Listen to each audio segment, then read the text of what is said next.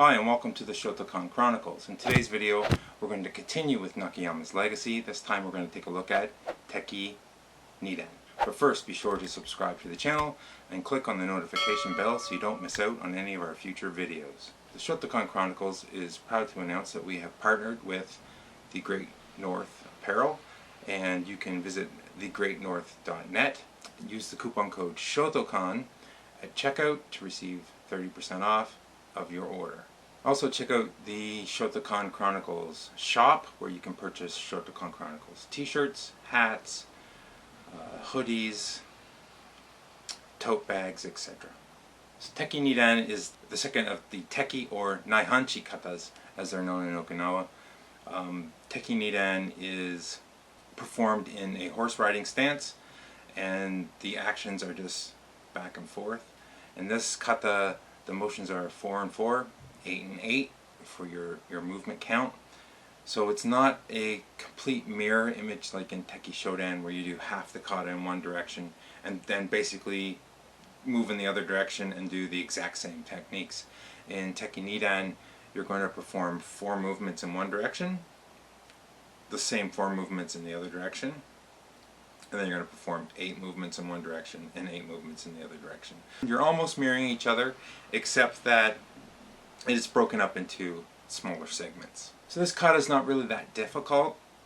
There are a few techniques that you're going to do for the first time here. It's just basically learning those basic movements and being able to understand how to use your body correctly. There's a few points of advice that I will give as we watch the kata. I don't think there's too many things that I've seen that are done incorrectly, but if I remember anything as we watch the video, I will point them out. So without any further ado, Tekki Nidan.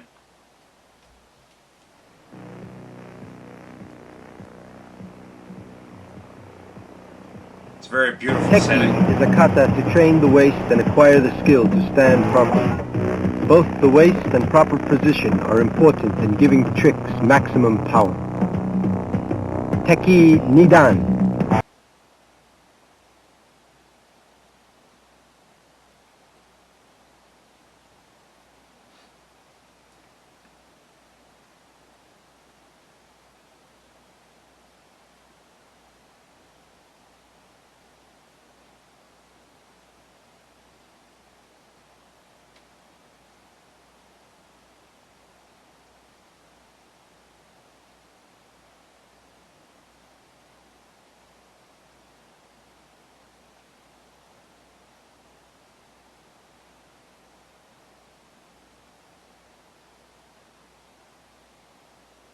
Now I once had somebody tell me you should do kata on an uneven surface or something like this. You should always practice kata on different surfaces so your body can react in a self-defense Instructor scenario. Nakayama will explain the essential points.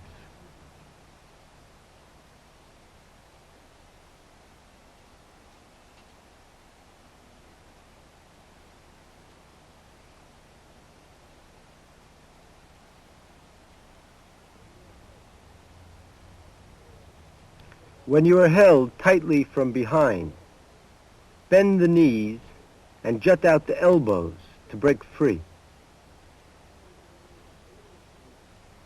In case you cannot, hold up your forearms, hunching your shoulders.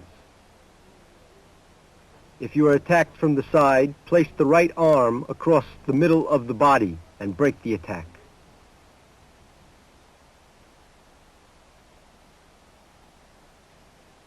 Another option there coming up, just like you said, bring this in between the arms and separate them. This is effective self-defense, even though some people say it is not.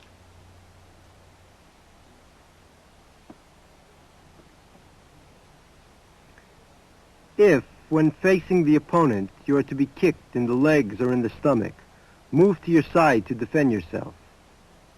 If you don't draw the left leg up and the blocking hand down to meet it at the same time, you can't expect any effect.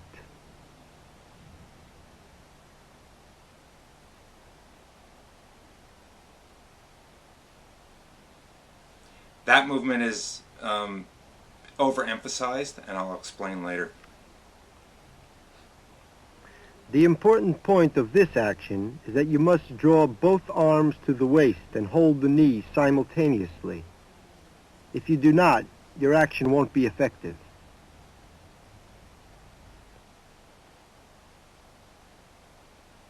And there's a point I'll make about that movement as well.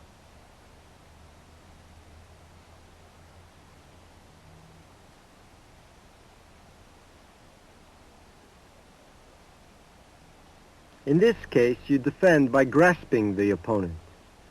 There are various defensive movements in karate, such as kake-uke, haishi-uke, tsukami-uke, and tatashiho-uke. You have to choose the suitable defensive movement according to the situation.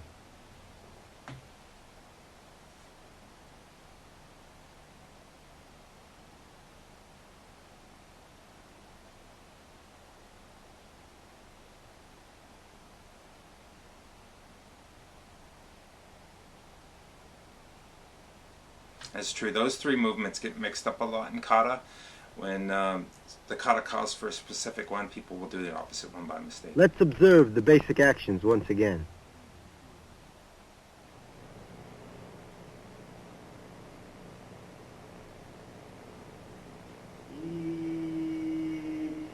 So when you lower yourself here, that's the height of your stance for the rest of the kata. So you don't want to be bobbing up and down.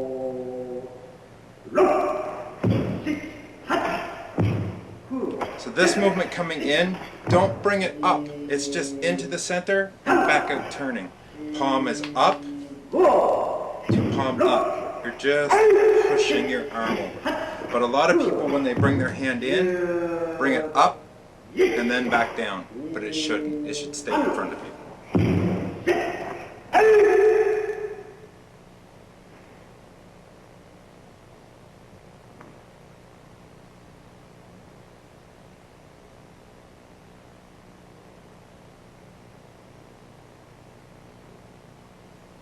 The reason being is your body momentum is what's forcing that block to work.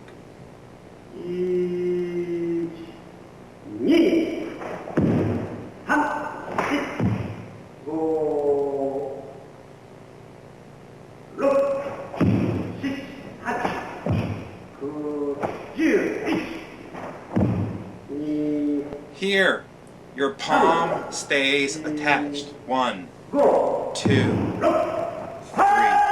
Here the palm is down, not like this. Down. And then blocking over, not coming straight.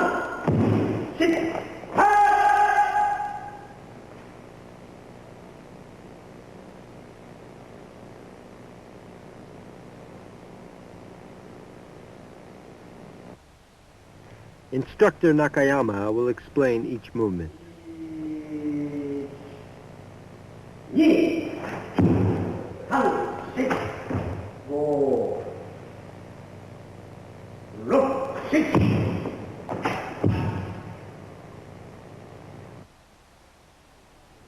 When you cross the legs, stepping to your side, two things are important. One is that you must not point your toes obliquely. The other is that you must change the center of gravity at the right moment. When you draw the left leg in the fifth movement, you must slowly move the head, arms, and legs simultaneously.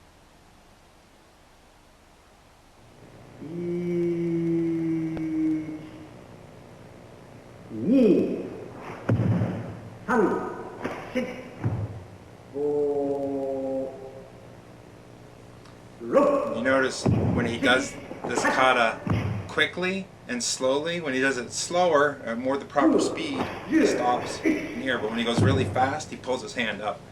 So he's getting excited perhaps in the kata here. Not saying that this master is doing anything incorrectly. And also, changes are going to happen within different organizations. These changes or these adaptations are more centered towards the organization that I belong to.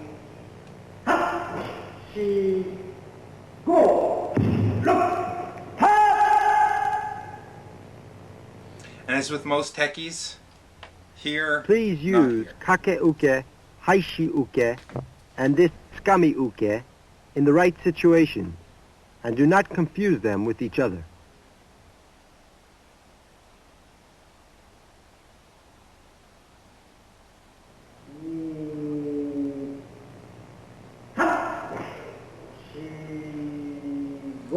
Something that we've been practicing here in our local dojo.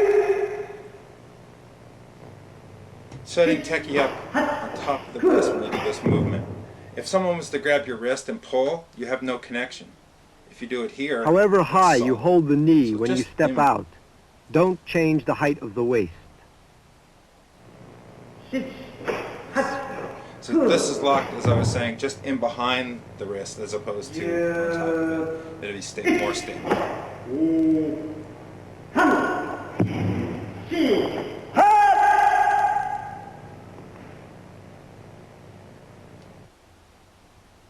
When you move to your side, two ways are permissible.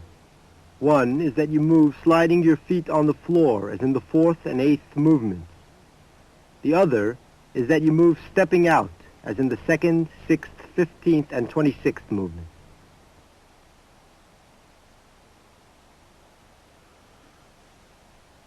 So this kata is all about vibration of the hip as opposed to rotation of the body.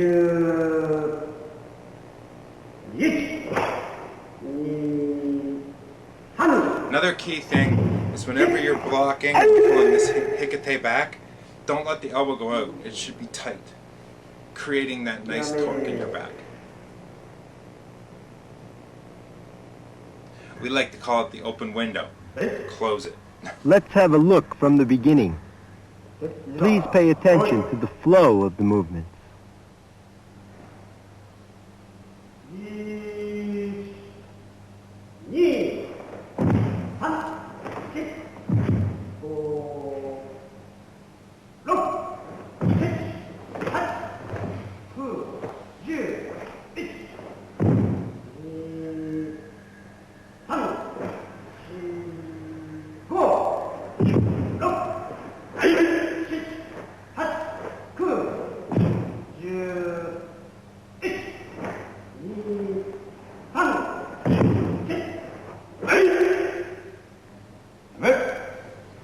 On your elbow strike, don't come too high. Don't think face. Just to the abdomen or the chest is fine. Going up here, this is now vulnerable. You can easily be locked out or whatever there. Another important thing to remember is your hook punch should not pass your body. Alright, and it's just, as I've mentioned many times before, Chudan Oizuki, bend the elbow inward and make sure there's a space between your body and the arm. It should not be uptight. That will not be effective. And as I've mentioned many times, the bunkai that you will see here is a basic bunkai. Don't look at this and think this is the only bunkai that there is. If that's the mindset you have, your karate training is going to be flawed.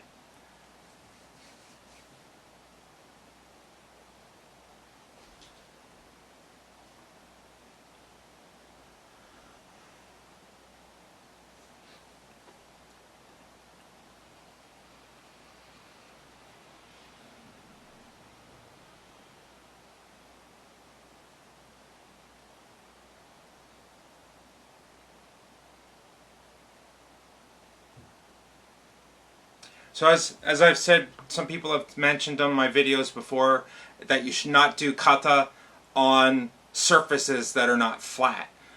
That is true to some extent. When you're practicing at full force and full speed, you should not be on a surface that is uneven because you could injure yourself. However, practicing like this is going to help you be able to fight in any situation, which is crucial. The point of kata in itself is that you are learning fighting techniques that can be used on a proper surface, in the woods, on the street, wherever you may be. The whole idea of seeing this performed in a natural environment is not just is mainly for aesthetic purposes of the video, but it's not just for aesthetic purposes of the video. It's to make sure that you understand that kata can be performed anywhere, and that is very important. There you have Tekki Nidan. Some people are going to ask me about the order, why I'm doing these videos in this order. It's going to be based off of the IKD, International Karate Daigaku kata chart, which shows you the katas that you have to know for your Q tests, your Shodan, Nidan, Sandan, and Yondan tests and beyond. And if you take a look at the chart, which I'll put up right now, you can see which katas you have to perform for each. The idea that we have is that you have to perform one kata for each of your tests that you choose, and one kata for each of your tests that's chosen by the examiner. Unless it's a Q exams, and then the kata that corresponds to the Q level that you're testing for. So for example, if you're testing for a high level black belt, you can pick a kata from the chart that you see for that level. The examiner will pick the opposite kata from a previous chart. So if you pick, for example, Hangetsu for your test that you're going to do, which would be the third dan from the list, then they would go back and they would pick a speed kata from the previous list, since Hangetsu is a power kata. If you were to choose a speed kata like Chinte from that particular list, then they would go back and give you a power kata from the previous list, so you could possibly do Tekki Sandan. Right, thanks for watching. I hope you enjoyed the video. If you're new, make sure you subscribe to the channel, click on that notification bell, like, comment, and share. And if you haven't checked out any of my previous videos, go back and check some of the other stuff out, see if there's anything that you like, let me know. Don't forget to check out the Great North apparel at thegreatnorth.net and use the coupon code Shotokan at checkout for 30% off. Also, check out our shop, which the link is in the description below, where you can get the Shotokan Chronicles, t-shirts, hats, etc. Thanks for watching. Train hard. See you next time.